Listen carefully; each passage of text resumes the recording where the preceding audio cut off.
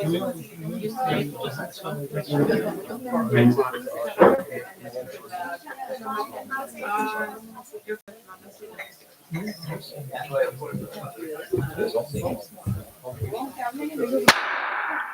evening, everybody. Welcome to the International Poetry Scene.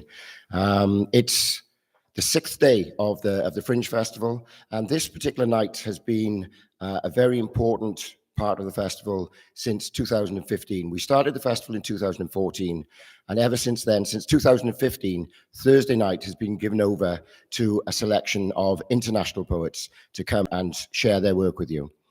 Over the last 2 years, we've gone online. There was something called the pandemic. We weren't able to be here. In fact, that meant that perhaps we could have a lot more international poets because people could join by Zoom and online. But it's so nice. It's so nice to be back here in 2022 and to be able to offer to you these international voices live in the room to share. So this evening, you may hear English, you may hear Welsh, you may hear Swedish, Spanish, Hindi. There will be lots of languages to soothe your ears. Not every piece will have a translation, some will, but please just enjoy the musicality of the language of these poets. Our first poet this evening is going to be Daniel.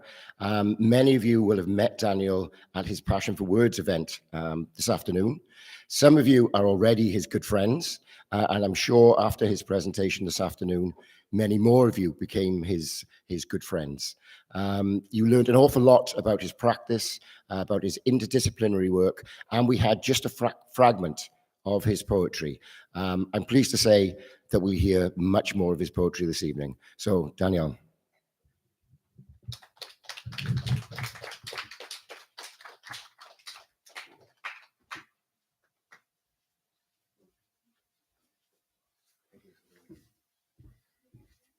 Thank you, Dominic.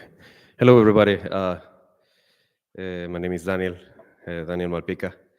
I'm going to read one fragment of a book called Se escribe con X, written with X. Carl Larsson is going to be reading the translation into Swedish made by Petronella Zetterlund. And yes, well, the book is a bit broken. It was a very limited edition that I have, and it's a long story why it got broken, and but I kept it anyway, of course, right? So that's why it's a bit rusty, everything.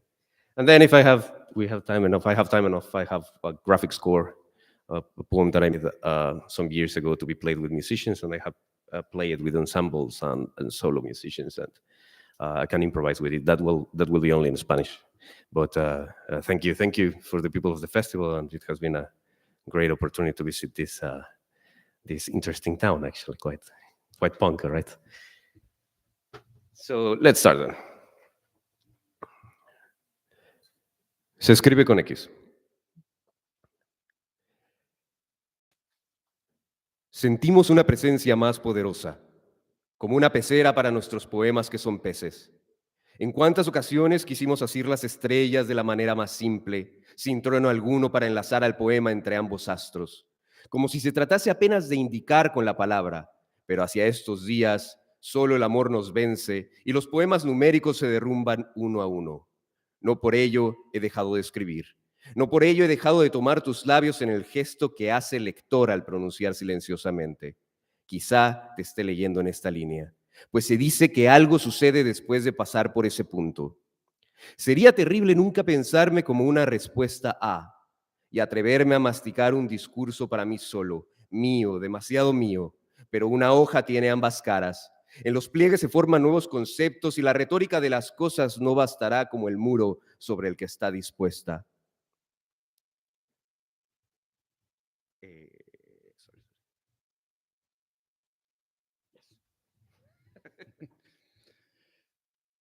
Vi känner en närvaro som är mäktigare, som ett akvarium för våra dikter som är fiskar.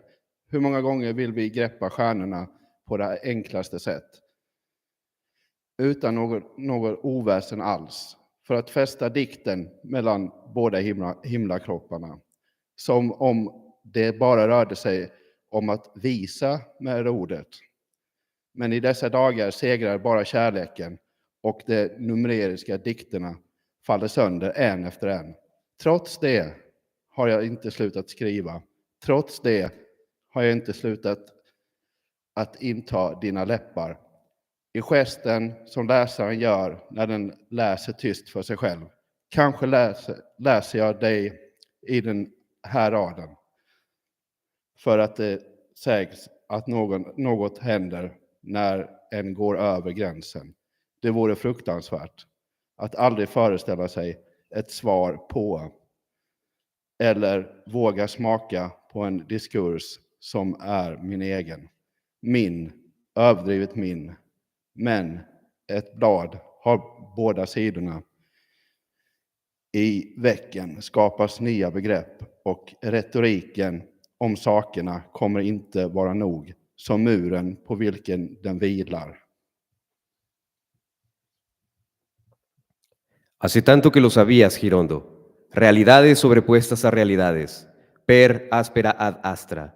Dobleces de la manera más rigurosa. Origami de la palabra. Hermandad y mímesis de las culturas, pues en el universo una sola madre. Algo tiene que ser diferente. Crecemos entre los clásicos. Una tarde, entre las calles de aquella ciudad completamente muerta, hice un anfibio de papel con el documento de un speech protocolario. Darío, al observarme, comentó: ¿sabes?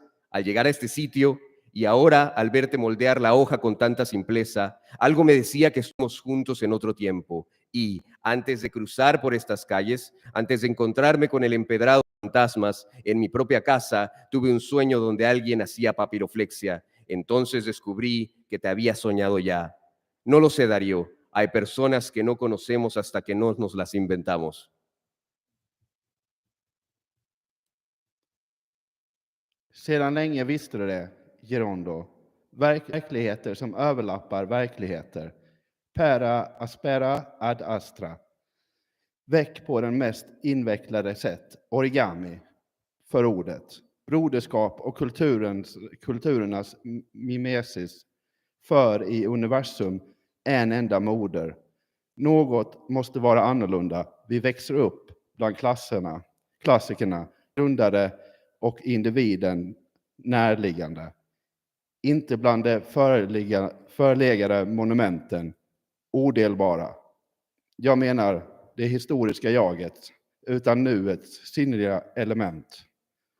Det nu levande livet, en eftermiddag på gatorna i den där helt döda staden gjorde jag en pappersamfibie av utskriften av ett protokollenligt speech. Dario, när han betraktade mig, sa: vet du, när jag kom hit och nu när jag ser dig, forma bladet med en sådan enkelhet, sa mig något att vi var tillsammans i en annan tid. Och innan vi gick på de där gatorna, innan jag mötte dessa spökens kullersten, hemma hos mig drömde jag att någon gjorde pappersvikningar. Då upptäckte jag att jag drömt dig. Jag vet inte, Dario. Det finns personer vi inte känner förrän vi hittar dem. Después de ese instante, la narración no pudo ser posible y continuamos con el poema. Cosmos para la muerte, caos para la renovación. Entonces, ¿cómo es que un elemento de dos dimensiones adquiere ese tercer plano? Aún así, es posible deducir realidad de algo que no vemos.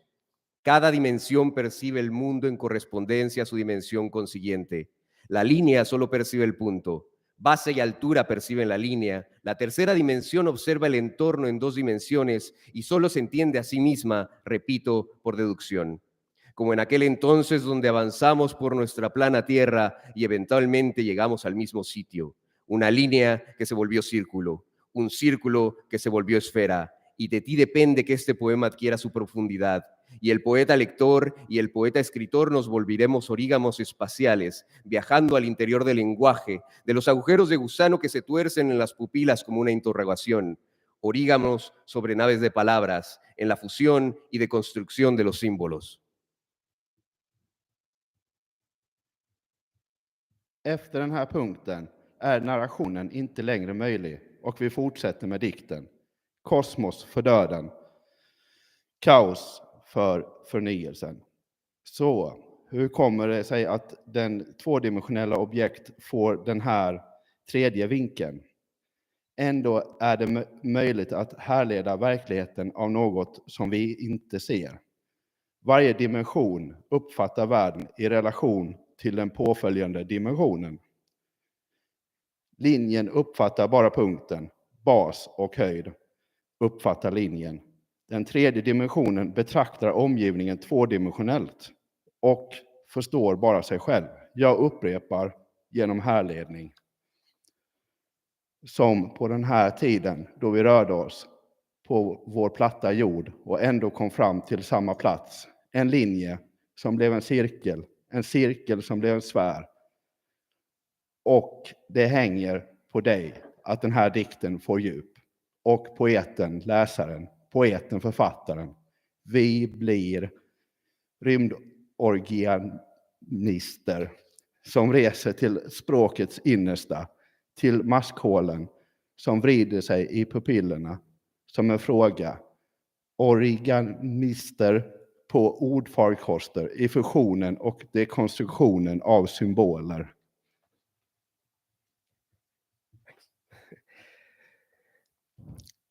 Todo se nutre e interrelaciona.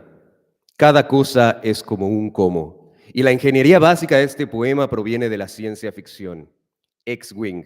Pero más divertido que la categorización es asumir los elementos existentes como piezas de potenciales ensambles nuevos. Maravillas tecnológicas, maravillas literarias que van spiraling and spiraling, seculares, cíclicas sin repetirse en el mismo punto. De alguna manera, en esta etapa del universo, toda forma tiende a la destrucción de la forma, a la desintegración en la búsqueda por el balance constante. Así este texto deconstruye, reunifica, se apropia y fragmenta. Orígamos espaciales, dije, como en aquellas canciones donde las voces se empalman hasta crear una pasta viscosa, propiamente irracional, pero cargada en paralelo de información. Vuelvo a ti, Darío. Vuelvo a ti como un recurso. Entre los sueños y las realidades hay infinidad de pliegues, desde la palabra que da nombre y se transforma, origami, papiroflexia, cocotología. Así es, vuelvo a ti para llegar a otros, para nombrarlos porque es preciso hacer entrar la poesía entre las ciencias, porque la ciencia y la poesía mismas no son otra cosa, si lo examinas, que un exacto nombrar. Sí, retomando aquella idea bíblica de la creación a través de la palabra, pero últimamente esto no es una hoja, es otra cosa, y esas otras cosas quedarán siempre a tu arbitrio y al arbitrio de la disolución de los bordes, del papel, si tú lo deseas.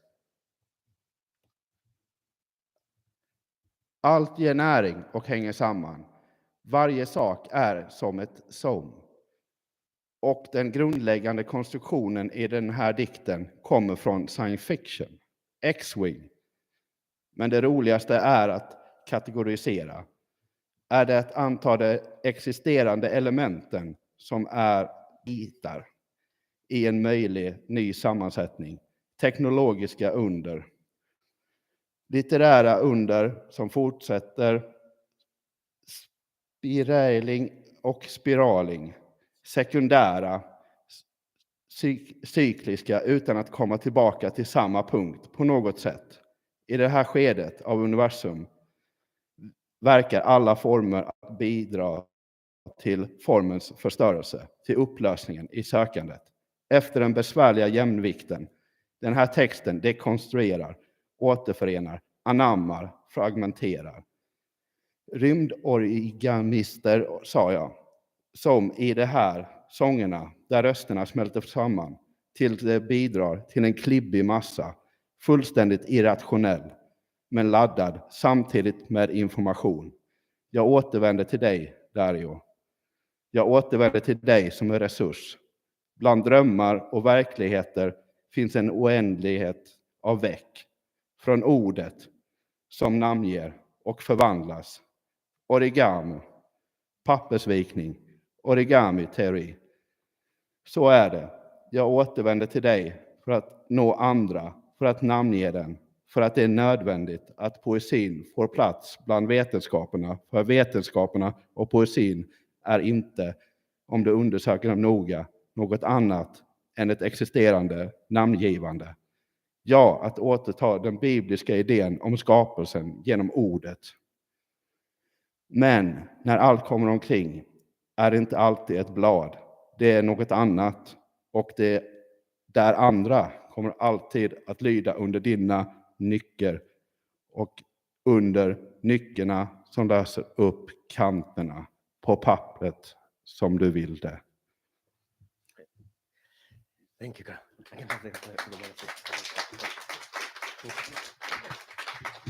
So, thank you. Yeah, so basically the poem, it's a text that's supposed to be a spaceship in origami. So basically at the end of the poem, the idea is that you can fold and create a Star Wars ship and the X-wing in origami. So that's a little bit like the idea of the text. So how are we with the time? Like still some? Okay, great. So then the last text that I'm gonna read is this graphic score. I was looking for some of the text that I have, and I found that I have used it many times. I found it in the basement, and it's quite broken. But of course, we tend to appreciate the things that we break, right? So yeah, it's a graphic score that I have read with different musicians. It's part of the same series, of the same book. Se escribe con X. Well, I will have to lay down a bit for it, because otherwise it's a little bit difficult to read it. But okay. So se escribe con X. Sorry about it. En los niveles de las subcapas, miles de kilómetros bajo nosotros, el talento brilla. Escuché de minerales indescifrables, ciudades de piedra que desnacen al partirse el monte. Sobre esos cristales se disuelve otro mundo, un desquebrajamiento su circunstancia. Pudimos ser algo más como aquellas piedras, algo más de lo que joyas somos, un par de extraños cuarzos armados por el peso del monte Jalte. Escuché del tiempo muerto a las afueras de Helsinki, parvadas de espectrolita, aves de piedra para flotar un fuerte. Aquí el silencio no cantará por nosotros. Lejos del tiempo, da lo mismo nombrar las planicies por conocidas que inventarlas. Existen piedras en el abismo a la espera del anonimato perpetuo, átomos que se cruzan por el peso de los montes, las ciudades y los muertos mares. Aquí la ceguera no cantará por nosotros. Piedras invisibles son el núcleo de los astros. Escuché de hablar un punto muerto a las orillas del Báltico, una coraza de algas, una presión de arraigo implacable. Nada con exactitud abierta vive bajo sus aguas, que son las mismas aguas turbias y entrelazadas de la civilización. No hay tal cosa como un lugar distante. Detrás de las montañas estamos nosotros y están ellos. Las crónicas vicarias pueden edificar un poema. El verso de piedra, palabra mineral, deducir ciudades brillantes, adversas como el silencio, que va del cosmos que leemos como reflejo de este mundo. Piedras invisibles son el núcleo de los astros. Bajo el monte estamos nosotros y están ellos. Piedras flotantes, piedras rotas, el encuentro de las vidas varias. Si lanzamos una piedra sobre la nieve queda un abismo, queda un punto muerto e indescifrable. Otro punto, el silencio para una ciudad abandonada. ¿No es acaso que nosotros también existimos solo bajo condiciones precisas? Quizá una forma de negarse al vacío incontrolable, de habitar pensando que no habitamos. Hermosas piedras de yerma piedra. Escuché hablar de un punto muerto a las orillas del Báltico, una coraza de algas, una presión de arraigo implacable. Nada con exactitud abierta queda bajo sus aguas. Estas calles serán abandonadas. En el final de los tiempos, todos los caminos lo serán. El planeta seguirá deslizándose como una maraña de serpiente. Se deslizará y triturará la piedra de este mundo. Se habrá deslizado quemando las montañas que somos y seguirá deslizándose mientras el polvo arde. La serpiente, ese polvo que es pólvora y piedra y escritura. Escuché de las viejas escrituras sobre la bóveda celeste, un texto magnífico en la gran piedra de la noche. Es probable que nuestra lectura sea un equívoco irreversible, un relámpago como bustrofe donde este abismo, la lectura infame y desdichada, mirada inconclusa de las estelas antiguas que, ya se sabe, solo podemos leer desde la izquierda. En el final de los tiempos, quizá lo único que quede de nuestro paso sea un símbolo sobre esta piedra. Poemas que son para esculpirse. La piedra, grandes catedrales sin destino, bajo las aguas del Báltico, donde se levanta una ciudad mineral. Nada está perdido, pero nadie habita. El código y el trueno y el magma y la bóveda y la serpiente, y el código y el trueno y el magma y la serpiente, y el código y el magma y la piedra y la serpiente, y el trueno y la bóveda y la serpiente, y el magma y el código y la bóveda y la bóveda y la bóveda y la bóveda y la piedra y la serpiente, y el código y el trueno y el magma, donde escuché de las viejas escrituras sobre la bóveda celeste, un texto magnífico en la gran piedra de la noche. El magma y el piedra y la código y el trueno y la código y el magma y la serpiente y el serpiente y la bóveda y las serpientes y los códigos y las bóvedas y los códigos, el magma y la piedra se escribe con X. Escuché de una voz parecida a lo contrario, una piedra lanzada contra la ciudad. De ese sitio solo queda una anotación extraña, una carta para navegar por los opuestos, del agua como de la piedra, el hielo, del núcleo como de los polos, la ceniza. Se escribe con X, punto donde convergen las cimas. Thank you. Oy. Thank you, Daniel. You look exhausted. That was a wonderful performance, and thank you, Carl. Also, that was like being in your bedroom with you and listening to you reading on the floor. Fantastic. Okay, our next reader this evening is somebody again who we've met very recently. Matt's interviewed Pankhuri about 3 hours ago, and as the interview started, Matt said, "I only met Pankhuri for the first time 5 minutes ago," and so it is truly for me. Over the last 2 years, it's amazing actually how many collaborations Pankhuri and I have been involved in. Pankhuri spoke about her poetry and her history today during her interview, but didn't speak about all of the cultural organization that she does and the massive international network that she's created called Poets Without Borders. And we worked together on events with Poets Without Borders. We worked together on creating events for the Versopolis Festival of Hope all over the last 2 years, all online. And so this is the first time that I've actually been able to touch Pankhuri and hold her by the shoulders and look into her eyes. And it's been absolutely fantastic. So please, Pankhuri, share your work with us.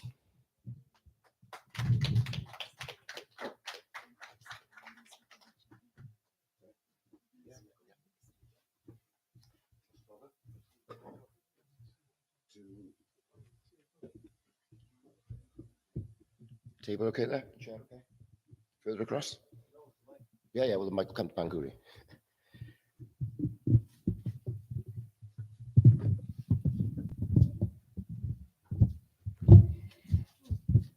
Thank you so much. And it has been my absolute pleasure and honor to be collaborating with you and so many of our friends here. Big thanks to you, Dominic, for so many things. And hello again, dear friends. My Lilacs for T.S. Eliot. I'm going to read most of my poems in English and maybe one in Hindi later. So my Lilacs for T.S. Eliot and for you. Modernity comes alive in his verses, almost as that enigmatic woman of mysterious charms, broken dreams, full of fissures, contradictions, bordering on bipolar disorders herself. Looking for shadows, her own and of others, behind and ahead, surrounded, always, and the perfume from whose dress makes the poet so digress, and so many others. In this age of distance and disconnect, urban and rural, arms do gather and seem to rescue. but ultimately perpetuating emptiness, loneliness. Arms human and from the industry, shooting instantly a smiling face, a hand raised with slogans written, burial grounds with heaps of flowers. Maddening fragrance reeking of blood stench that weeping face of modernity, unforgettable as seasons change. Poppies over snow and frost Britain limbs. Then lilacs take over the town and force you to walk along train tracks and sidewalks with purple bursting in unknown aromas. As winds change direction and the sun decides to look down, coming close, yet lilac blooms nod through May and June, taking one through the arms across fields and meadows to be found in big towns past sausage stalls. They must have caused my cartilage damage. X ray in front has no memory. Lilacs, the culprit. Oh, April is the cruelest month when lilacs would have bloomed and the earth, waking up from deep slumber, might have smiled. Did anyone, anything look for me? Did you call my name?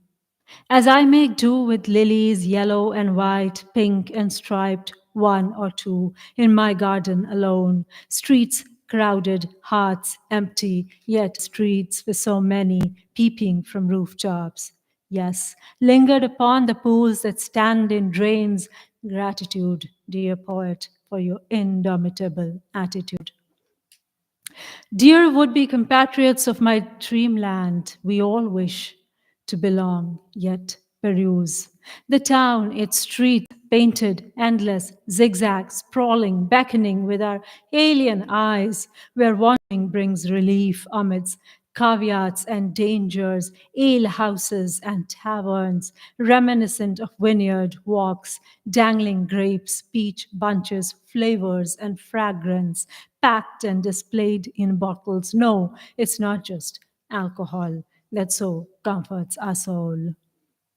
And just fermented memories that loosen up in the middle of the town at City Square, a drink in hand. But all our lives, the great big question of future, a future of poems with poems. Oh, dear poet, why did you say you measured out your life in coffee spoons? Teetotalers like me got a little extra free, measuring pain, gain, days, and dreams, with steaming cups getting larger. Life is short indeed. And may I ask, dear poet, why did you renounce that homeland of yours with Joshua trees and grandest canyons, 6 feet, snowstorms? Let me confess, I even missed that. Yes, the Gulf War was bad, but wasn't fought alone. And yes, I was deported too, for no fault at all. Such a tricky path, attachments with places lived in. Your words, dear poet, are riddle solvers in this maze of life where wastelands abound and are always around, and not just Wednesdays, but every day seems to be covered with a strange coat of molten lava like a volcano spewing around. And it's not just on Ash Wednesdays that we are compelled to ponder upon this creation and its creator. Wrestling with time and schedules, but must be a creator of time too.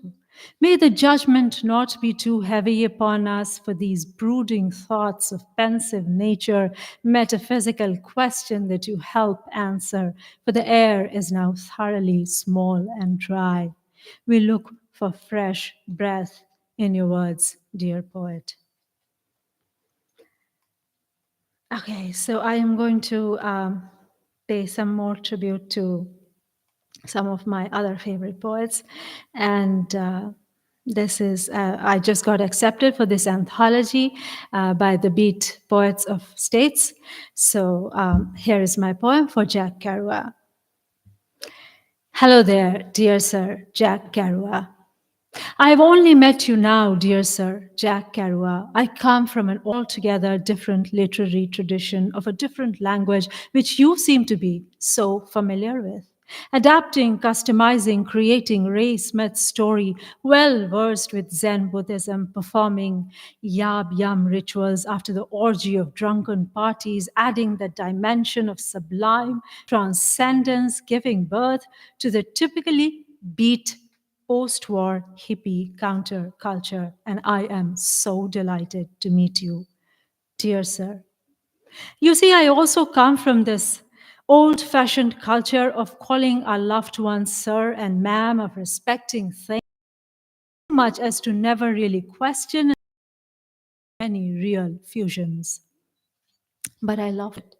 But I loved it when my American teacher said, and I will quote my favorite one who taught Latin American history, please call me Hal. I also love all of these mountains and peaks and grasslands where I think the soul of your nation lies and where I think you take your characters to heal, recuperate. So many of these exotic locales of your writing are still on my list, and yet they quite simply propel us on the road to Big Sur and other destinations, where the cedar trees smile endlessly, humming a sweet note to the roaring ocean, locked in a timeless frame of ageless beauty and endless peace, propelling us on the road, even if it makes us desolate angels. The subterraneans of folks in Dr. Sachs. But there's so much more. We've met at a time of war. We've met at a time of war, one that turned you into a writer, and I do wish to ask you about Mexico City blues, but just an overwhelming coincidence. The way you say, I tell you, it's October, is exactly how I remember it, away from that land of olden, golden, strange ancestral light. May it continue to burn bright. Okay, so one more for thank you. Thank you. Thank you so much. So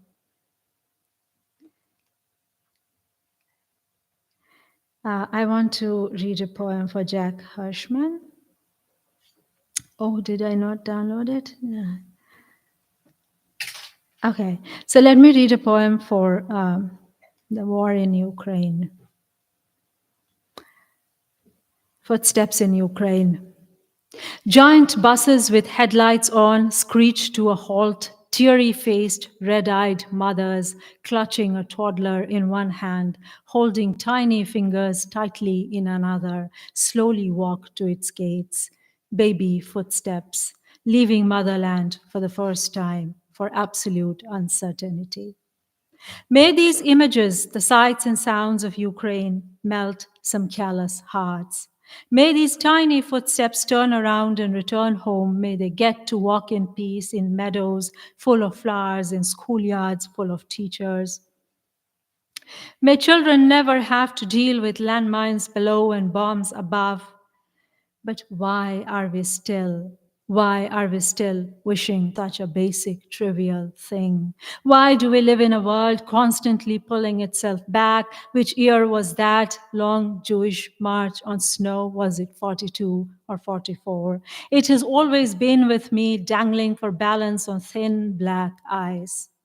I once walked to the city center in a Canadian downtown in the foothills of the Rockies along the train tracks because walking is the most relieving thing when dealing with the pain of discrimination. Gandhi walked to the sea with the slogan of making one's own salt tax-free. Walking is a symbol of human might, emblematic of loving triumph. People walk to be felicitated. At a time when peace is somehow packaged with corporate help and distributed in tiny handouts by big brands, how can this world turn a blind eye to the marching in of invading soldiers over lives of people recently liberated in the neighborhood? It's not the military drill or the blood clanks or the boot clanks of a heavily armored invader, but the footsteps of the brave soldiers defending their land, tiptoeing between buildings and corners of streets, building bunkers and ditches, crawling over distances over the rubble of life, ruins of faith, It's the mark of those soldierly footsteps over unnecessarily splattered blood that's going to haunt humanity for a long, long time. That was a somber. Thank you so much.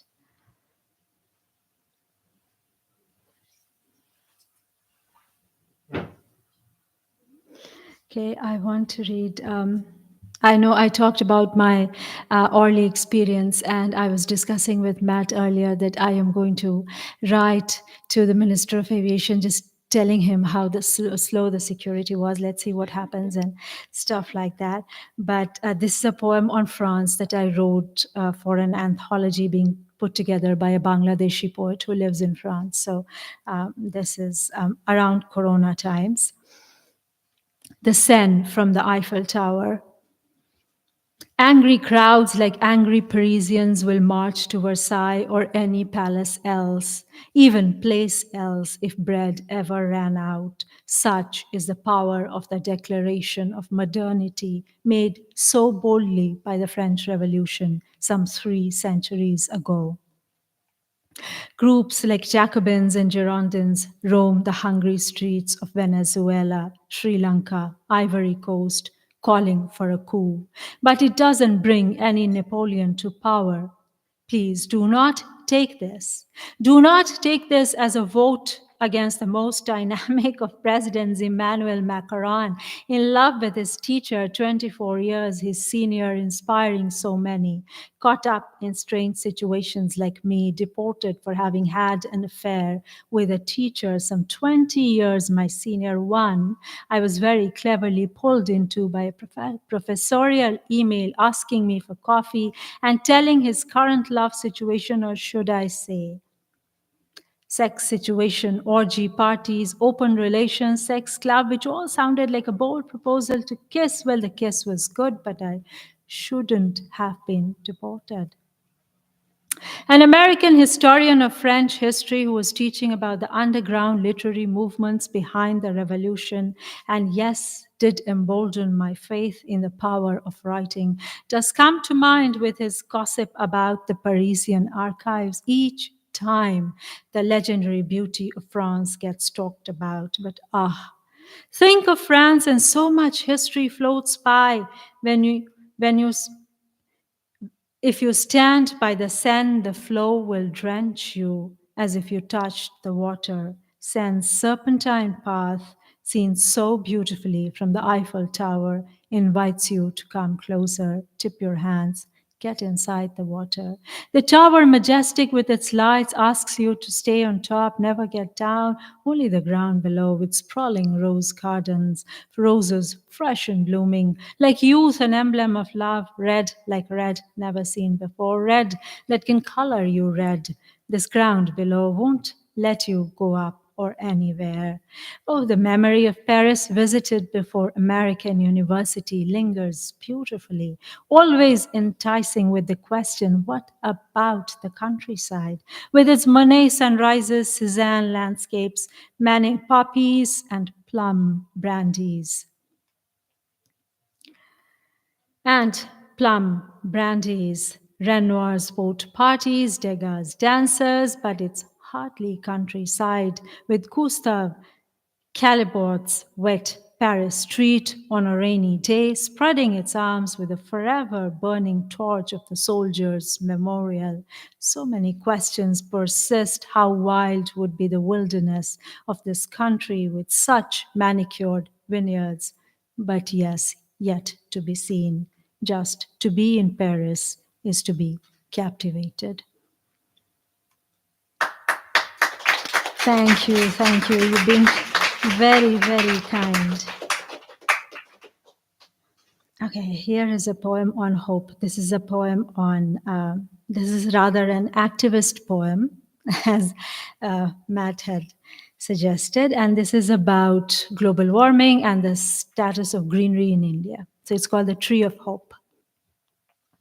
It was about the same time the tree, the shisham tree, so mercilessly uprooted by the storm, lying flat on its back, dissecting the pavement with a thread attached in the soil, breathing perhaps like on a ventilator, began to sprout, germinate, shoot up in a green little twig with silky stem, delicate as love, opening into leaves, dancing in the wind, that the thin brown branch in the pot of that miracle plant, being sold as juice, being sold as pulp, being sold as leaves, being sold in sachets, being sold in bottles, but best drunk from the garden. For it increased platelets, smiled in a green pimple, growing in a bulb, and my heart bloomed like a precious flower, like dance in rain, began to sing like a jazz bar. This tiny thing, this tough little plant that I'd been watering since months and months throughout the blazing heat had kept Mum not saying a word, not giving a sign, no shakes, no nods, but not drying, was alive, kept the hope, and finally spoke. Autumn so blissful I had hardly known. Vindicated in and out, the greens I had guarded, had gifted a lot. Thank you, thank you. And I think I will read one poem in Hindi, and it's from my newest book, and I don't think that I have the exact translation, but Dominic said that that's okay.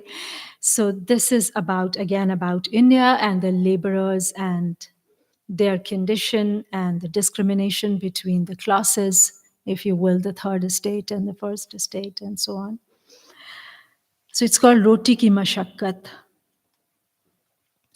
ऐसी मशक्क़त की इतनी ज़रूरत क्यों होनी चाहिए किसी को भी खाने के लिए बस 2 जून की रोटी, कि सुबह से शाम तक खेत की मुंडेर पर बनती इमारत की नींव पर और फिर चौतल्ले छेतल्ले क्या, उन मंजिलों की संख्या तक जिन्हें अंकों में लिफ्ट की स्क्रीन पर दबाकर सीधा ऊपर पहुंच जाते हैं हम, उन 12वीं, 13वीं, 20वीं, 22वीं मंजिलों की फर्श और छत चमकाते, रंगाई पुताई सीमेंट वॉश और संगमरमर की नक्काशी करते बांस की खपच्चियों पर लटके पूरे पूरे दिन, कि शाम को रोटी के साथ कुछ मनचाहा मिल जाए खाने को।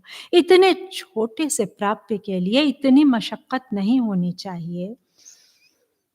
इतने छोटे से प्राप्य के लिए इतनी मशक्कत नहीं होनी चाहिए। ज़रूरी दुनिया के चाँद पर चले जाने के बाद, इन्हीं इमारतों में अमाप्य सुखों के आ जाने के बाद, शायद इसलिए ये त्रासदी पैसों की कमी की नहीं, उसके आधिक्य की है, महंगाई की मार की।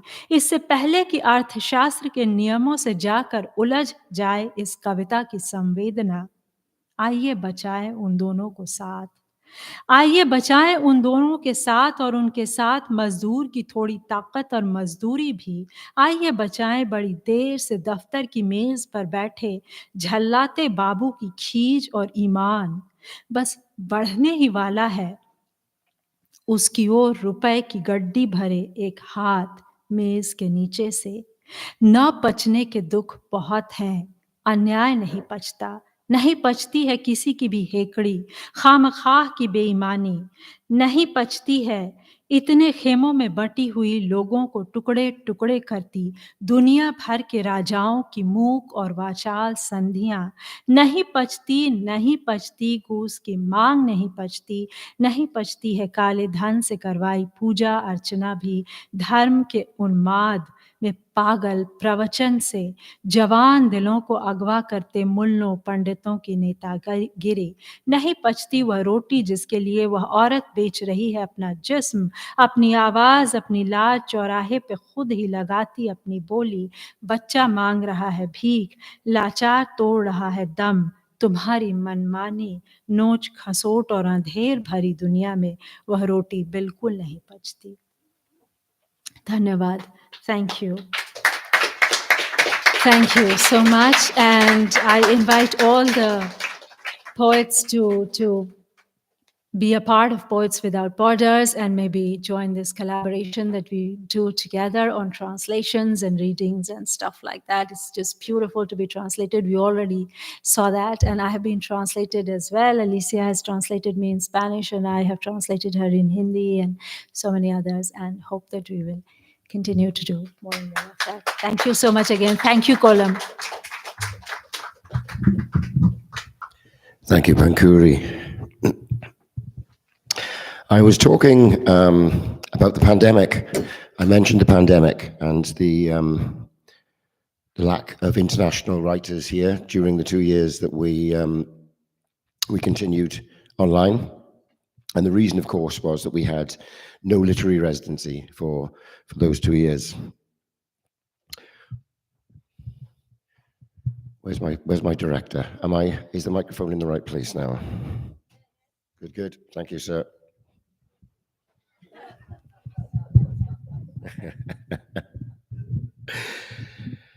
So we had no literary residency for 2 years. I'm pleased to say that we're back, and I'd like to introduce you to you now one of the writers who's spending 3 weeks in Treharne, this week of festival, a week before, a week after, where he's collaborating with other writers, where he's collaborating with filmmakers, where he's making lots of friends, and he's a fellow countryman of mine.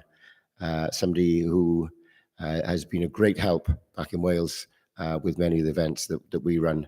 So please welcome Stephen.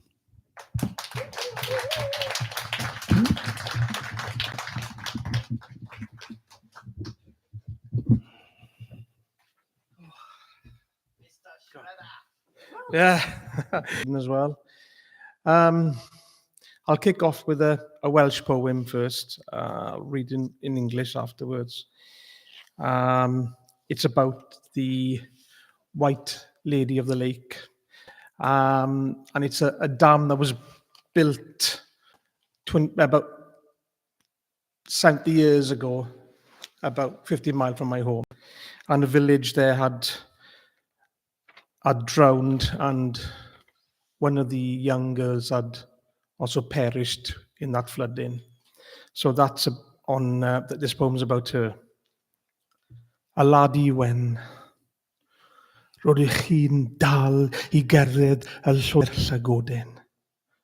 Ond rydych chi'n goll, mae'r catref wedi gorffilio, rydych chi wedi boddi. Mae'r corff yn eistydd ar wilod argau Brianne. Mae eich ffigwr ysbrydion a ryfeddol yn rhyfedir, tir yn bwlch y ffin. Mae'ch tad yn dal ymweld i'r bont droed yr aber drwsnant. Lle sy'n anol iddo a'r tro diwetha iddo i'ch gweld chi'n fyw. Chi yw'r laddie wen, ac mae'r corff yn rhedeg gyda dŵr ac yn mynd I mewn i'r tawi I dodd yn chwedel am yr argau. I'll read you the English version, first. It's called, obviously, the laddie wen. You still walk the path ar llwybyr Llagodin, but you are lost, your home flooded. You have drowned, your body sits at the bottom of the Brianne Dam. Your ghostly figure curiously wanders the land at Bwlch y Ffin. Your father still visits the footbridge at Abertrwsnant, a place dear to him. And the last time he saw you alive, you are the laddie wen, and your body runs with the water and enters the Tawi to become the legend of the dam. Thank you.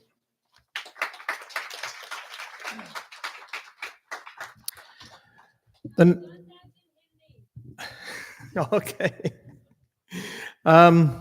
The next one's about the industrial past in another local town where steel was made to build cars and stuff like that. So that steelworks is no longer standing. So I've written about that.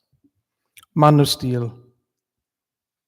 I am the hands who kept the furnace fires roaring, a broken memory, a place I once called home. Now an empty carcass that once spewed wealth to the outside world. Time has forgotten this great town. Beat that steel, hammer that steel, until the scars don't heal. I belong to Scarlet Town. My blood runs deep into industrial soil. Proud communities shared its love for steel and the men who drank the pubs dry after a long shift working the iron ore. Beat that steel. Hammer that steel. Shape that steel until the scars don't heal. There's more, hang on, more. Breathing, thriving, living, and surviving. The noise of the furnace drowning in silence. The hot coals turn to ash. The old factory stands still like a skeleton on the barren land. Beat that steel. Hammer that steel. Shape that steel until the scars don't heal. Tin Town has lost his identity, dysfunctional in a dystopian world. People mourn your death. Your history remains in the silent books and archived dreams. Beat that steel. Hammer that steel. Shape that steel until the scars don't heal. Thank you.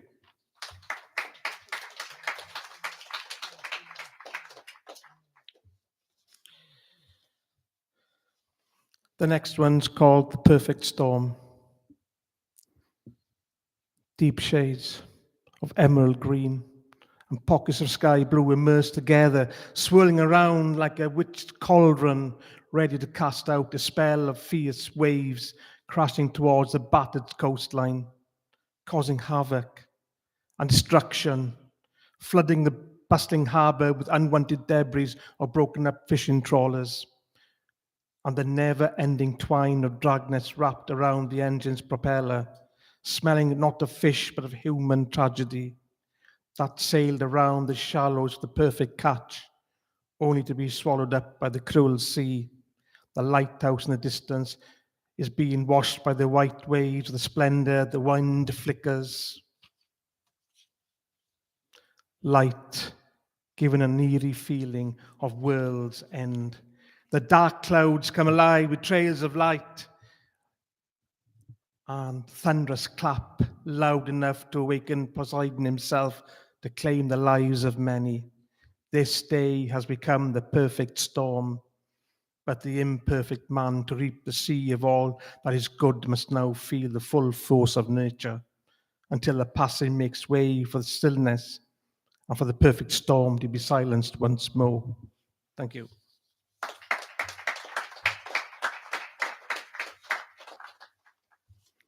This one's called The Fighter.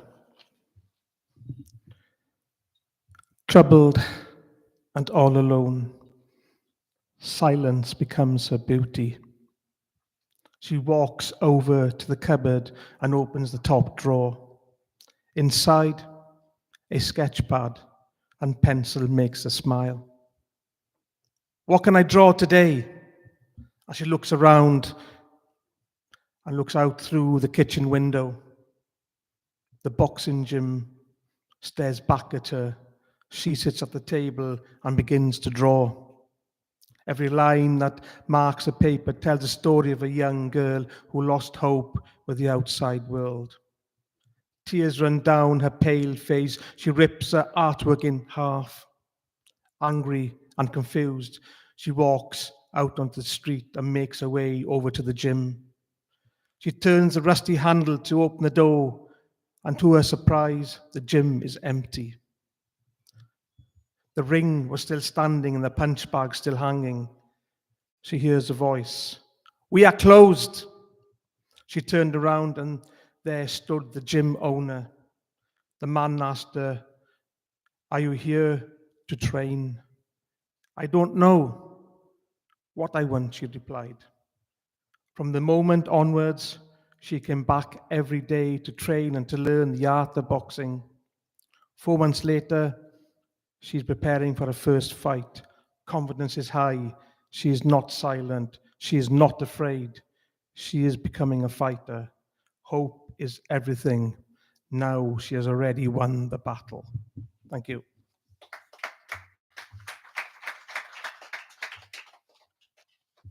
This one's called Reach Out. Many voices, one world, billions of lives touched by the ripple of negativity. Words are strong. Words are wise, only if they mean the truth and not full of lies.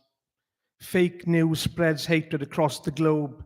We are being brainwashed in believing there is hope. Write with loving ink on caressed paper. Fill the gaps with positive language. Sound and rhythm vibrate across the land, touching the hearts of beautiful souls. People are born to love this earth. Why do we still destroy it? Our minds have been invaded. Control is the enemy.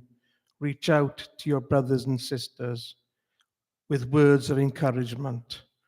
One life. Many sentences, use them wisely. Thank you.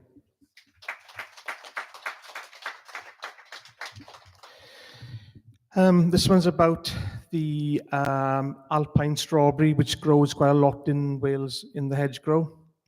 It's called Fagaria vesca in midsummer. Your little life starts by showing hints of green and petals of white cream. Growing in patchy soil, you dance in the rain, your roots nourished, ready for the next stage of your evolution. The month of June arrives, bearing your half-naked flesh, waiting to bloom into glorious red. July steps in, the new season of thoughtful fruits emerge in the hedgerow. You surprise us every year after year with delightful taste of summer. Your red body bursts into bloom, now exposed to many mouthfuls of nature. Your glorious crown open to the fullest view, a feast for the field mouse to devour, leaving remnants of sweet juices that sticks to your rodent's fine whiskers. Lapped up by your skillful tongue, the flavors satisfies the small creature's belly, only to return to feast on a banquet of sweet flesh and the slight taste of vanilla. Autumn comes in with the first touch of ground frost. Your whole existence starts to reverse back into the soil. Your fruit saliva begins to rot. Only the naked slug slimes into the feast of bitter flesh. You become a crownless fruit once more, your roots protected by your hardy determination to survive the winter and to reveal yourself as the crowning glory of sweet success. Thank you.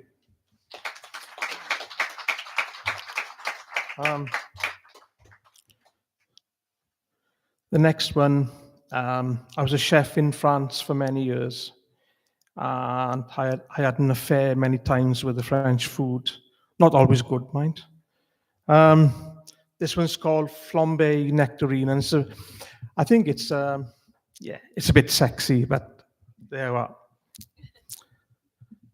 Flambe Nectarine lay naked in the pan of sizzling hot brandy, tantalizing the taste buds to submission.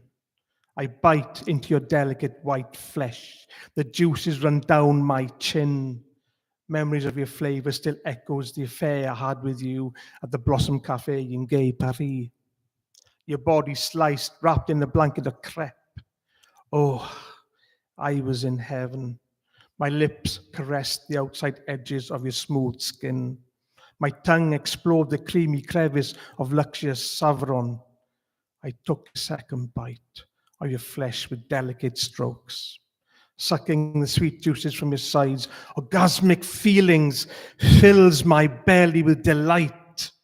My fingers all sticky, oozing with your sweet sensation. I lick them dry. Your flesh has been devoured.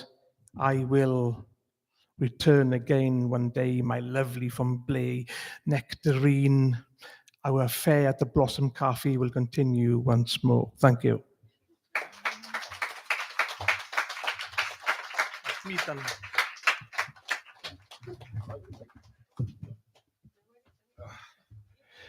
Thank you, Steve. I have to say that that final poem was very created great images. And Erika, where's Erika? I think she has one line that sums up the whole of that poem, but we won't go into that story. Okay, our next speaker, Alesia. Alesia is a dear friend. Alesia, very like Pankhuri, is one of the greatest networkers I know. She's a wonderful poet, a prolific translator, and it's not surprising to me that you and Pankhuri have translated each other's works. It's that openness, that generosity of spirit that I think really drives you to translate, and your real will to share other people's work. But I hope we're going to listen to your work this evening.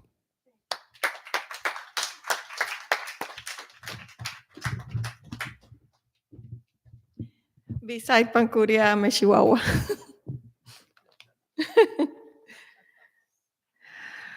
Okej, well, jag ska läsa på spanska.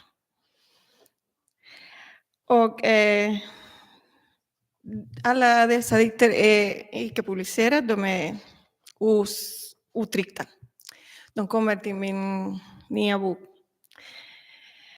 Här är också en kontrafaktuell dikt där jag tänker på Bacho, den haiku-diktare, som han sitter i Havana och skriver någonting som jag kallar på Cujais. Cujais de Bacho en La Habana. Surco de aves, quién sabe dónde vuela vida la semilla. Ruge debajo, ojo cerrado al tiempo, brota manantial. Estela de navío, en obra viva delfines, lejos albatros. Cercena el azul, zumbido de propela, roe obra muerta. Panza de cúbito, supina, flamea, rota en dos la luna. Tack så mycket. Och jag vet inte varför jag drog mig till den här lite orientaliska, men hela boken handlar ganska mycket om långt borta. Men ändå finns alltid Havana där i alla dikter, även om jag försöker skriva om något annat, men där finns alltid det. Den dikten handlar om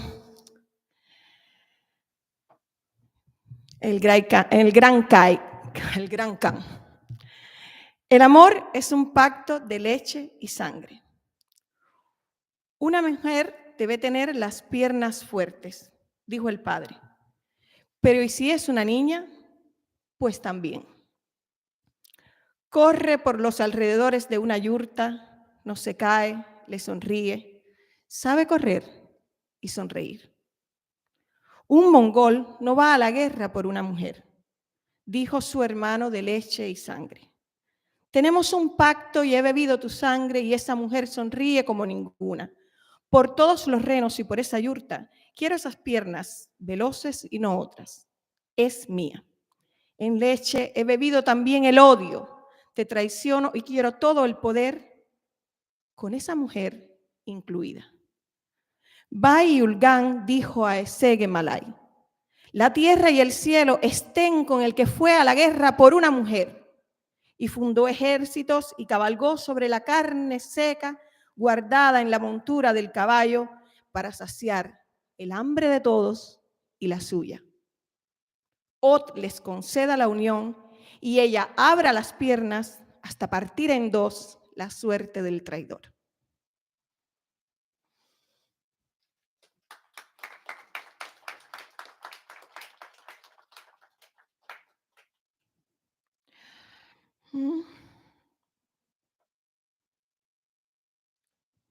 País de escamas. Den här började jag skriva om Kuba Cententead de China, Sencontilbaca, Cuba. Los peces, claro, como iconografía de la riqueza o de la pobreza, quién sabe. Un pueblo tan hermético, una extensión titánica de sí mismos. Igual devasta la lengua, su sentido telúrico y visceral, sus agricultóricas terrazas, arroz para comer, para mezclar con caldos suculentos, para curar la fiebre, la malaria, para acompañar y servir con peces, claro. Los peces, a ser posible dorados, cada escama reluciente, saltarina, y el pescador, la red, la sensación de que vuelves o bien repleto o completamente sumido en la derrota. Pero ya oliendo a mar y con una que otra escama pegada a la piel, quién sabe, ya eres menos pobre.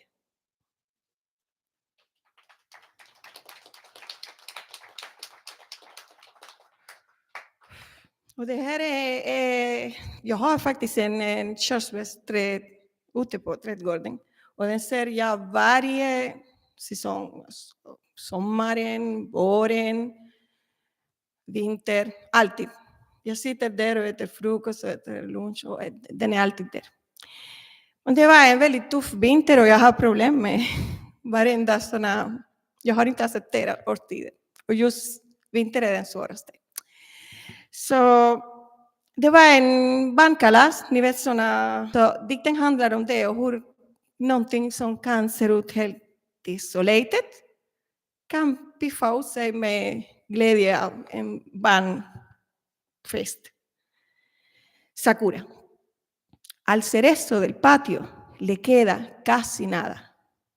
Cuerpo, tronco, magro, nido que nadie habita, ni urraca ni ardilla. En verano, disputada propiedad forestal. Hoy, desalojo climático. Todos se han ido. El cerezo perdura. Pero el globo, llegado ayer sin más de no se sabe dónde, prendido a sus flancos, diciéndonos que al viento flotar le torna digno, le da al pobre cerezo un aire juvenil, travieso, necesario en medio de la nieve.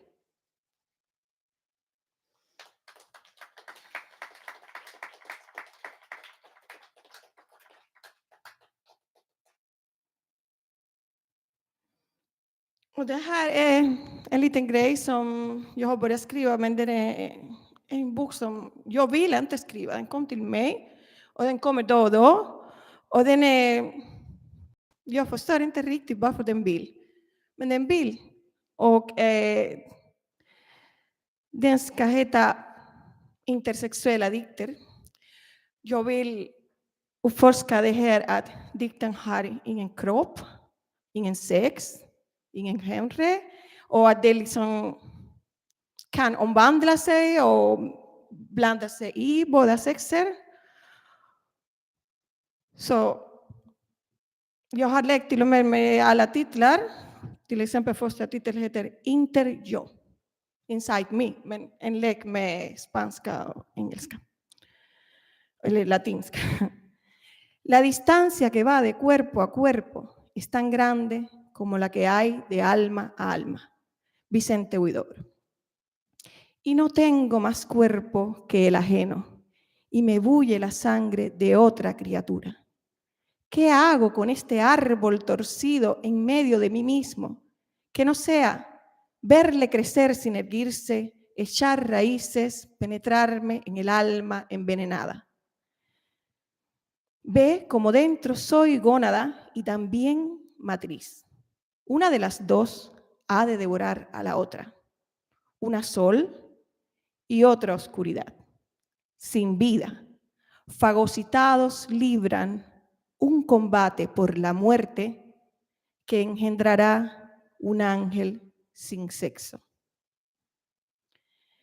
Inher tú. Córtalo, así no se separe. ponlo en su lugar para que no confunda este dolor tan hondo que no puedo expresar. Liyu. En el verano aquel del útero solía succionar mi propia lengua enroscada. Todo era seguro y cálido, a veces quemaba, tanta madre soñando mi duplicación en ella misma. Cuando me vio salir de allí con la lengua en anillos, supo que era la serpiente blanca de la leyenda china. Con el apéndice construyeron el túnel, como si ya inerte pudiera algo recibir la raíz de mandrágora. Antes hubo dolor y mucha lengua, enroscada para no sentir el frío del cristal que dio forma a su máter sueño. Ja.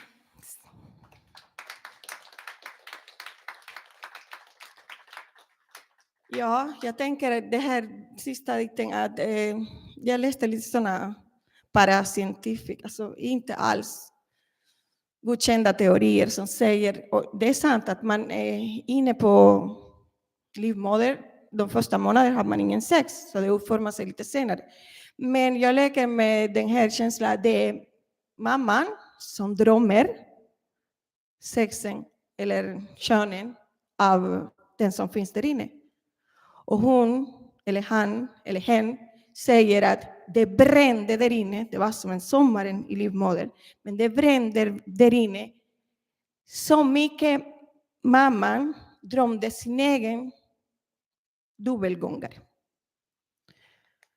Så, ungefär så. Lucifera verdad. Det här är en dikt som handlar om lotusblomman, men den symboliserar alla kvinnor. Alla kvinnor som bor någonstans, de som är prostituerade i en tidig ålder, de som säljer sin kropp, eller de som bor under någon annan typ av domain. Som vill bara vara kvinnor och vill bara fría. Una flor de loto puede dormir, pero abrirá los pétalos tarde o temprano desde y dentro del agua. Toda flor de loto será cultivada en agua tibia y tranquila. Las corrientes pueden secar la raíz. Al ser demasiado largas, debe verse siempre la forma de que no toquen nunca el hielo y las abrace lo intenso. Luego de cosechada, será vendida, preferiblemente a su mejor postor, que a su vez la comercializará a gran escala. Con la flor de loto se puede hacer de todo. Los corazones de loto se cocinan, su sabor agrio sirve para té, sopa y arroz, arreglando los intestinos más inquietos. Los pétalos de loto son el mejor preparado de belleza. La piel, el pelo, los dientes, todo puede ser mejorado con la esencia de la flor. El aceite y las cremas son perseguidos por las damas, además de virilizar el miembro de su amado. Las raíces de loto, cortadas como si fueran rueda de carreta, tienen forma de tajada de limón, seca y sin semillas. Fritas son la delicia de toda mesa que se respete en los más asiáticos confines. Las semillas de loto cumplen con la tarea de empezar otra vez este largo proceso, si antes no son sacadas del corazón de la flor a escondidas y para contrabandos medicinales varios, por lo que acaban en tazas de belleza delicada como tisanas que, según los chinos, pueden aclarar el calor en épocas difíciles a ciertas señoras, las mismas que no piden ya ungüentos para el miembro de su amado, ni calma para los intestinos, ni tersura para la piel, ni dulzura para los cabellos, solo un poco de compostura para que las corrientes no lleguen a la raíz y sequen de golpe el corazón ya agridulce, porque del loto han aprendido a florecer cuando ya nadie las espera, tibias aún y hasta 2 veces al año.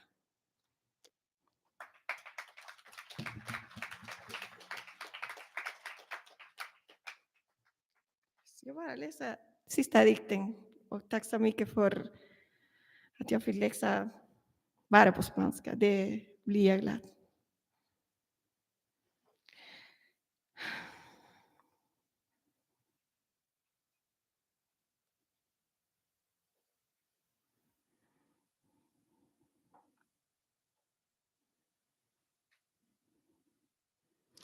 Det här är också min egen obsession med Ulysses igen. Men här är också en icke-myt eller kontraversion av det som hände. Nu pratar sirenen här och säger sanningen. Circe. Desmito. No estaba atado al mástil, ni era sordomudo, ni urdidor, ni gromante, ni cuerdo alucinado. Tampoco yo cantaba especialmente bien. Movíame sinuosa, mecida por las olas, y puede que el vaivén de mí misma sin más incitara a un cuerpo calcinado por el mar, las noches a la deriva, la soledad encubierta por faro intermitente. Ensordecida era tal vez su forma de desearme. Algo hizo que viera colas, garras, alas serpenteantes. Cantos hubo, pero nada.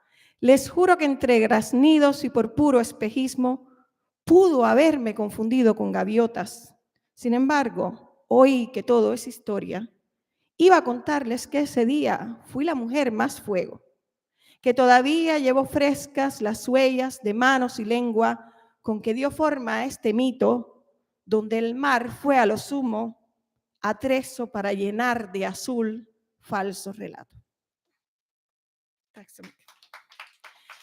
Hon säger att ingenting är sant och det är sant. Vi har bara tittat på. Tack så mycket.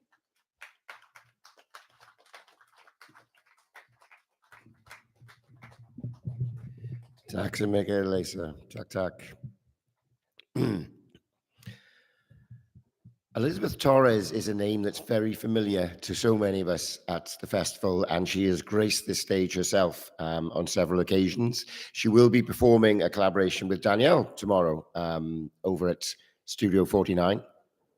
And earlier this year, Elizabeth, who's the producer and editor, publishing editor of Red Door, the international arts magazine, Alesia invited a few people to Copenhagen for a creative networking conference, the Red Thread. And while we were there, it was the first time I met Pablo. Pablo is an editor on the Red Door magazine. He described himself as a designer and a visual artist, and not a poet, he said. And then Elizabeth organized a fundraising event for Ukraine, where we had various people coming and reading poetry in a beautiful pub where they served absinthe. And I was just absolutely blown away by the intelligence, the intensity, and the richness of Pablo's poetry. So I'm so pleased we're able to invite him here to Tronos.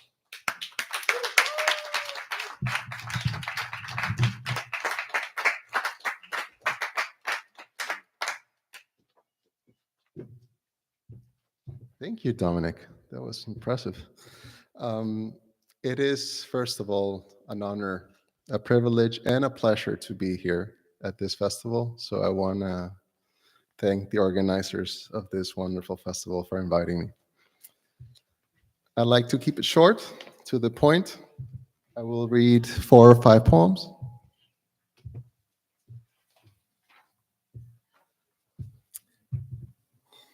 This one might be called The Something of the Mind.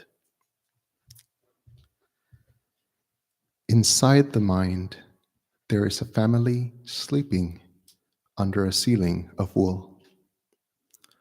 All-knowing grain in the heat of the stomach while we sharpen the edge of our language. The wind makes bedrooms for history to dilate. Something dead in the summer gave us a shape to hide eternity. We grew scales to map the energy that swims in the cosmos. Frames we can use to contain time in small cups so we can drink them slowly, one story at a time. Thank you.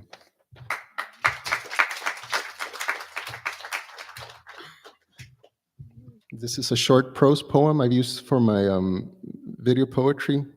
I was running a workshop today, teaching some people here how to use the tools to turn your poems into literally moving poems.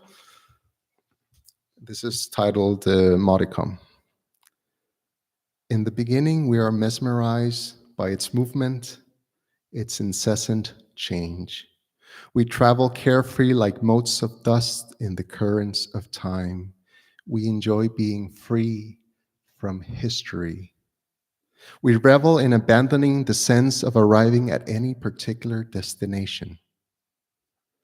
Then time dilates like an endless horizon, and we wait and wait, trying to make some of it ours, a little frame inscribed with meaning, some ground where we can plant our ideas.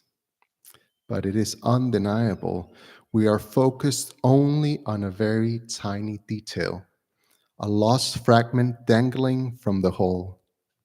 But who can tell if the tiniest aspect of existence does not contain some miniature structure analogous to the architecture of the totality that contains us? What if every object mirrors the anatomy of the maze? What if every instant is identical to the vault of eternity?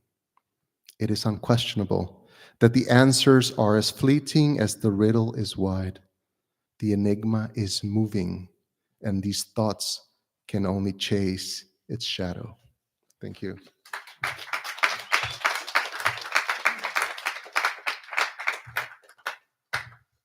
This one's titled Insect. I see an insect, and the word insect grows with newer meaning. I see quick, indiscriminate antics, purposeless, but perhaps a mathematical worship to the delirious freedom its wings confer. I can only guess and observe to make my world slow, one word at a time redefined. Patiently carve a fresh pocket of memory in each category and inflate it with new gusts of being.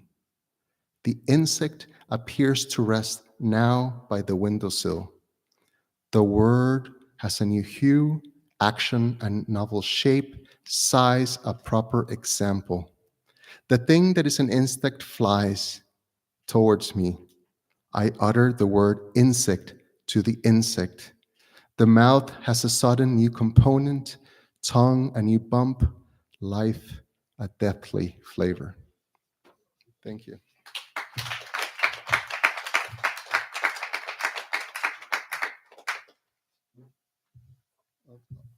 The last two, this is a recent one. It's called Language Pearls. The names bounce. Small aspects of the world trapped in pockets of air. Look how they emerge and vanish effortlessly. Are they the after image of memory, or is it the future in fossil form? They mesh with reality by giving it a circumference, the wonderful illusion of mapping the transitory. Loops of knowledge bending inwards until they are invisible curls of nothing in particular. Nothing can be seen but the language that sharpens our ignorance. And the silence, the black of silence that stages the show. Thank you.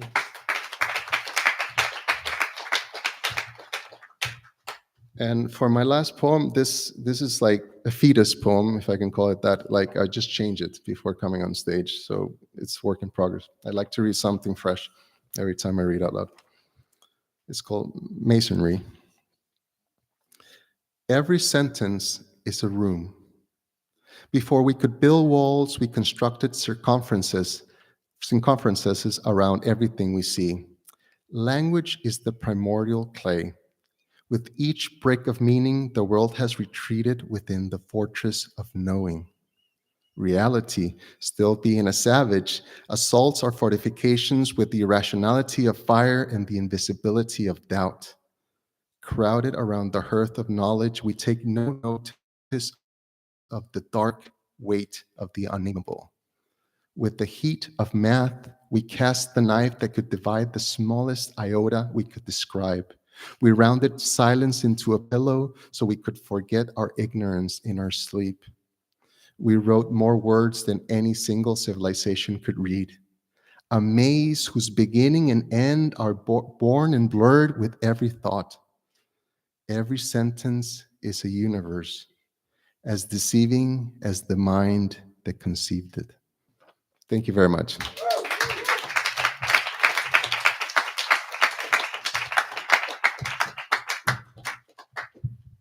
Am I wrong? Thank you, Pablo. Thank you.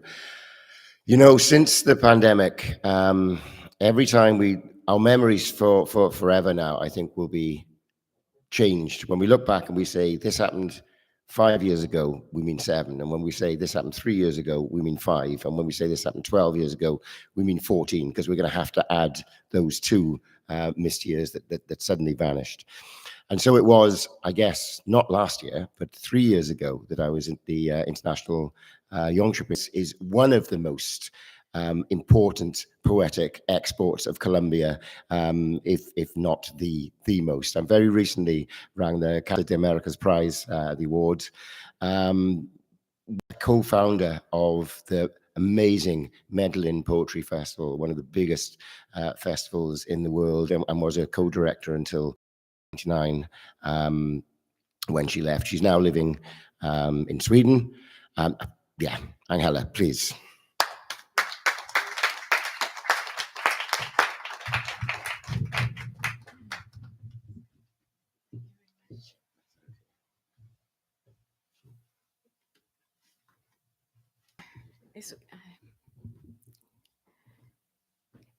Good evening. My English is very poor. Det är bättre för mig att prata på svenska. Och jag ska prata också på spanska. Ska läsa några dikter. Jag kom till Sverige året 2000. Jag var inbjuden av Lasse Söderberg som då var generalen i en festival där i Malmö. Han har blivit en legend också i Latinamerika. Och när jag kom till Sverige och kunde inte prata bra engelska och inte alls svenska, fick jag umgås med andra varelser, inte människorna, träden till exempel. Så jag började att promenera mycket och prata med träden och lyssna på dem, lyssna på vinden. Och då hände en sak att en projekt valde några poeter och målare från Malmö och inbjöd oss att skriva om träden. Så jag har skrivit olika dikter som handlar om träden. Och jag ska börja med att läsa en av dem.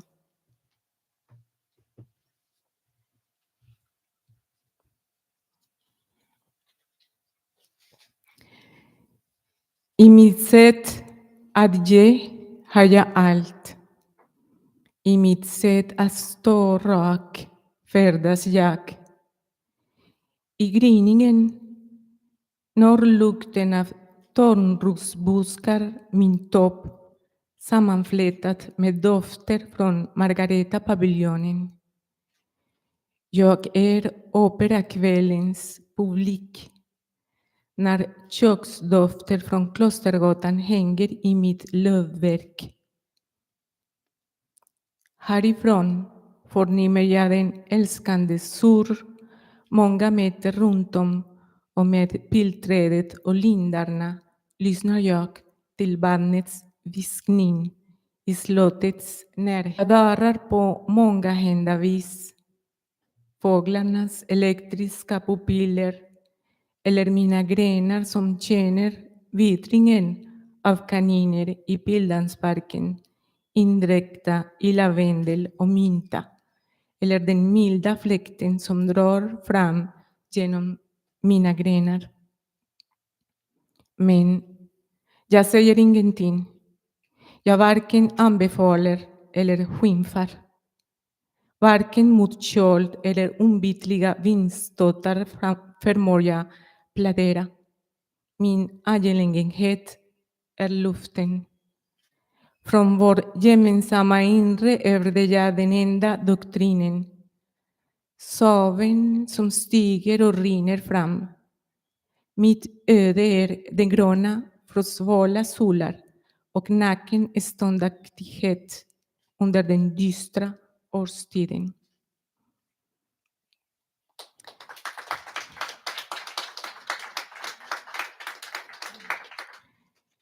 Förra året när jag fick den där priset som alla pratar mycket om, hade jag publicerat en dikt på italienska och spanska som förlagare hade bestämt titlar Io sono la vertigine, jag soy el vertigo. Och han gjorde en liten antologi av olika böcker jag har publicerat under hela mitt liv. Jag har inte publicerat många böcker. Men det är ganska lämpligt att ge lite grann en utveckling av olika teman, olika sätt att skriva, olika vis att identifiera mig själv som poet. Jag ska läsa några av dem på spanska. Och sen ska jag be Lasse Söderberg som ska läsa en på svenska som han själv har översatt till svenska som kom nyligen i Karavantidskrift. Som ni märker så har jag armbågat mig in i uppläsningen. I forced myself into her reading. Det var inte så svårt, kan jag lova.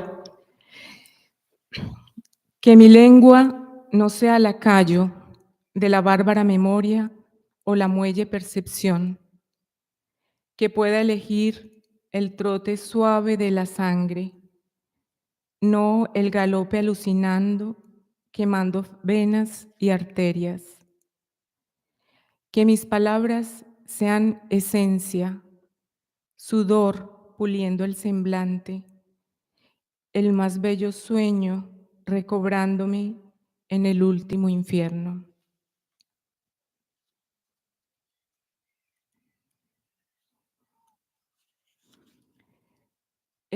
Den här som jag ska läsa har en liten citat av Birgitta Trotzig, en poet som jag älskar mycket.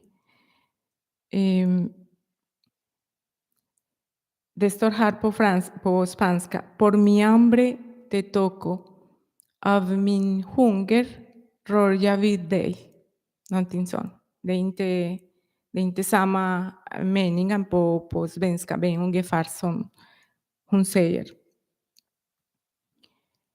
La más sabrosa fruta que me has dado, la concibió tu hambre, llenando el arco de tu boca de tales jugos que la fruta misma saboreaba su sabor.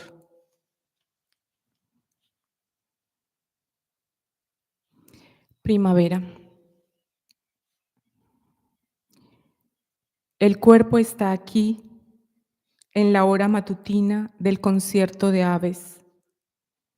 Todo basta porque todo brota. Las puntas de los árboles grandes y chicos están brotando. Lo minuciosamente sellado se despliega, se tensa en alumbramiento. En el silencio mortal empiezan a gorjear las tonalidades verdes. Pongo mi atención en la vibración del cuerpo en una curva de su propia espiral saliendo del invierno. Jag var där när Alesia eftermiddagen pratade och Jonas Ellerström var också där. Och jag fick en stor intryck när Jonas berättade att spanska låter mjukare än svenska. Att han känner att det var på något sätt mjukare. Och den här mjukhet kan det bero på att när man lyssnar en dikt på svenska låter det mycket kategoriskt. Det är som en påstående som ger ingen möjlighet att tvivla. Men när man översätter det på spanska blir det lite mer filosofiskt på ett sätt där man låter sig tänka fortfarande, inte påstå så direkt det som man säger. Och så jag tycker att det här till exempel dikter jag har läst som heter Våren pratar lite grann om hur jag upplever våren som någon som jag ser som är en faktum, men något som fortfarande sker i mig. Så det är olika saker som kanske har mycket att handla med att vi har olika tempos i spanska, men i svenska är verben som är mycket direkta, som är aktiva. Så det är ganska roligt faktiskt. Och nu är det din tur. Jag ska läsa en dikt. Jag tänker sitta här eftersom jag lider av fruktansvärd scenskräck. I suffer from stage fright, so I stay here on this chair. Jag vill läsa den här dikten för att den står i senaste numret av Karavan som kom ut nu i måndags. Och så meddelar att Angela fick det här Casa de America-priset i Madrid som är väldigt hedervärt för den här lilla boken som har en vacker titel. Se Arodian para beber. Hon faller på knä för att dricka. Dikten heter Mandarinlund. Och handlar om hennes mormor som betyder väldigt mycket för Angela i hennes liv. Soila samlar bränsle före middag. I sin tygpåse har hon nybakat majsbröd. Hon har en duk virad kring huvudet. Risknippet är surrat med rep av hampa. Bortom sockerrören går hon över bäcken med kjolen uppdragen till knäna. Hon sluter ögonen där hon står och låter längtan bära henne, leda henne. Mandarinlunden klottrar en karta på hennes 13-åriga huvud. Varje beröring når till hennes... Jag har tappat rösten helt och hållet som det verkar. Ja. Är det någon som vill läsa fortsättningen? Det är någon som anmäler sig.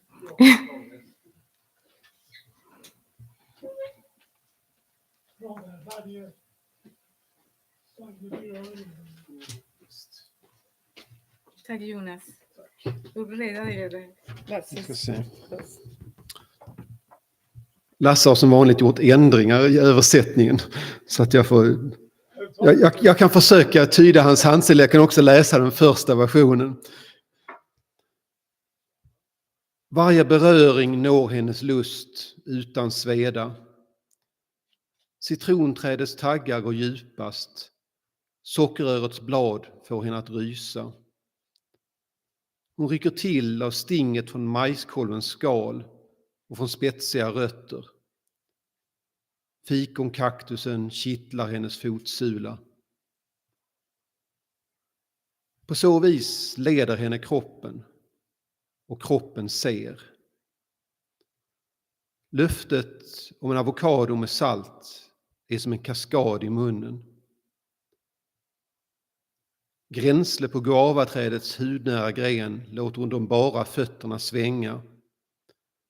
Och gränsle huggar hon och flyger, nynnar en sång som ingen har hört.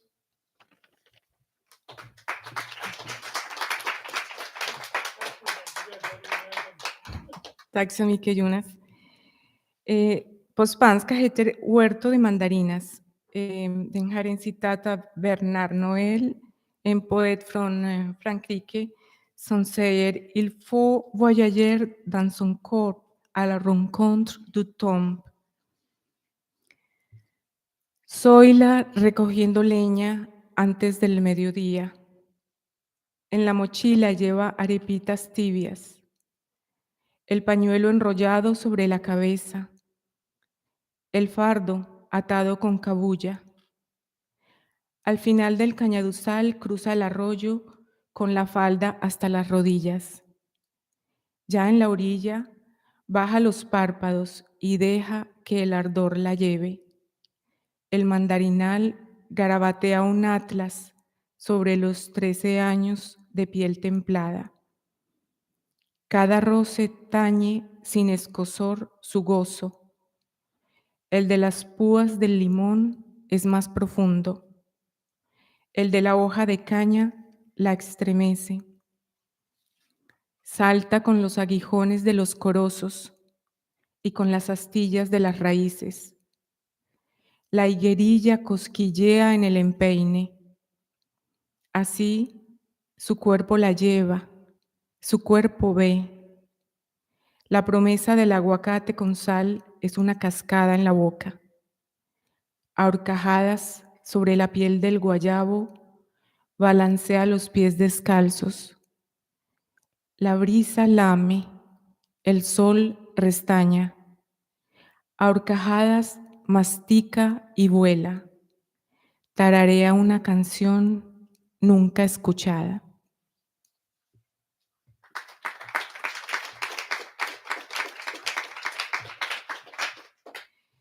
Jag ska sluta med några ganska små dikter som är en dialog.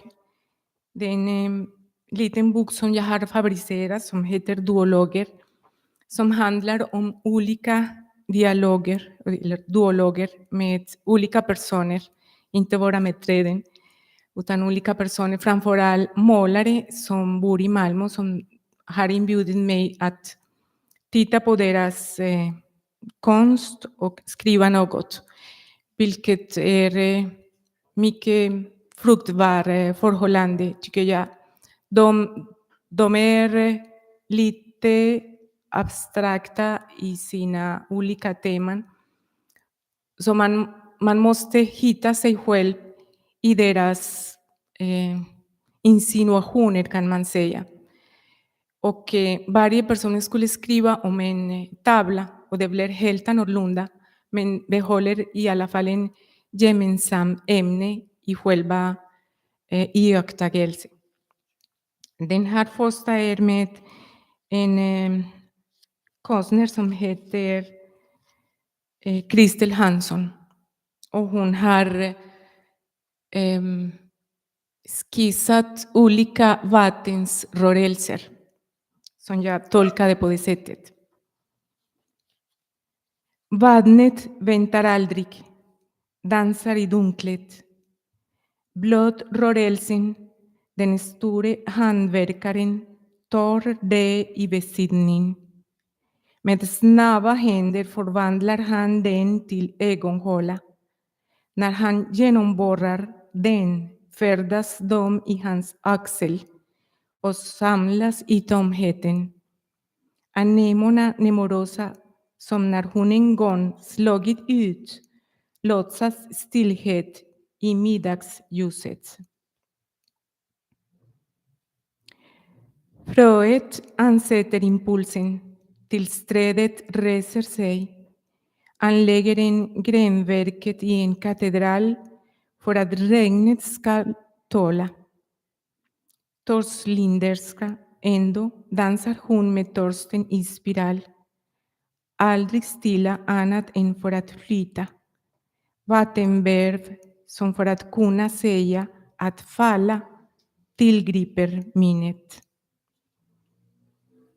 Och den andra är med Mina Komasui, en japansk konstnär som också bor i Malmö. Och den här serien heter Monotyper. Fri från mittpunkt fladdrar klarheten som en gardin. Det som darrar flätas samman med det som slår med vingarna. Den enda levande är det som svävar. Vinden dämpar honungskakans feber. Himlakroppar blir kronblad. I trossländernas gåtfullhet gungar evigheten. Under brännjärn sipprar guld ur natten. Varje kontur är ingivelse.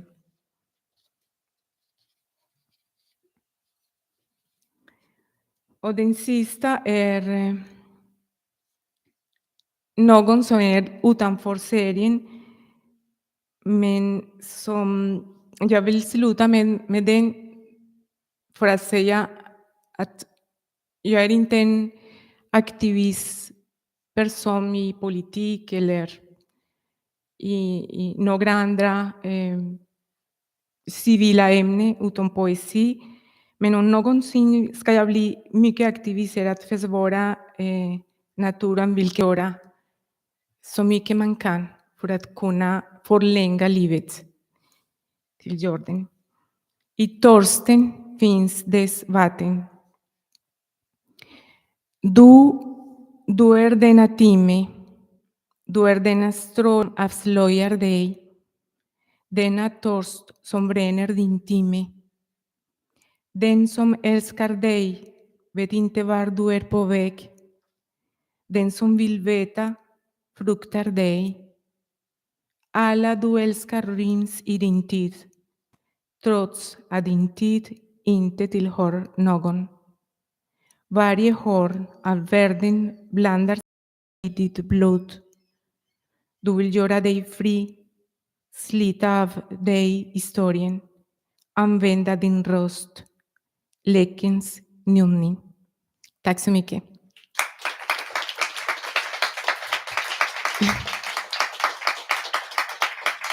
Tack så mycket.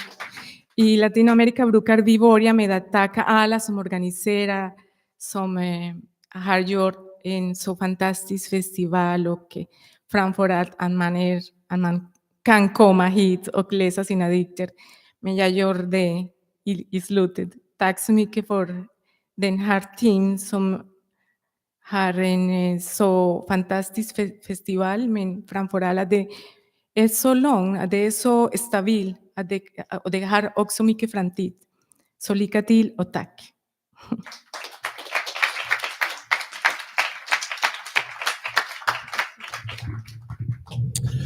Muchas gracias, Angela. Tack så mycket. Thank you all. Danielle, Pankhuri, Alesia, Steve, Angela, I'm missing somebody, Pablo. It's been an honor to host voices here from Mexico, from India, Costa Rica, Colombia, Cuba, and Cymru. It's really, truly has. I've enjoyed this evening. I hope you all have. There's another 2 packed days of festival to go. There's plenty more to come. But for now, good night.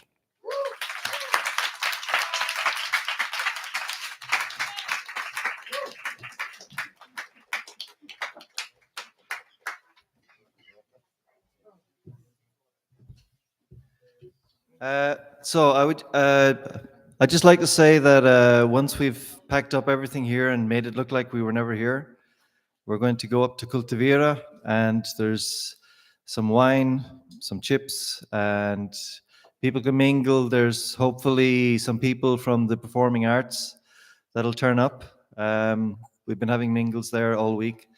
So if anyone wants to come up and just hang out and talk a little bit more and have a little bit of wine and have a bit of fun.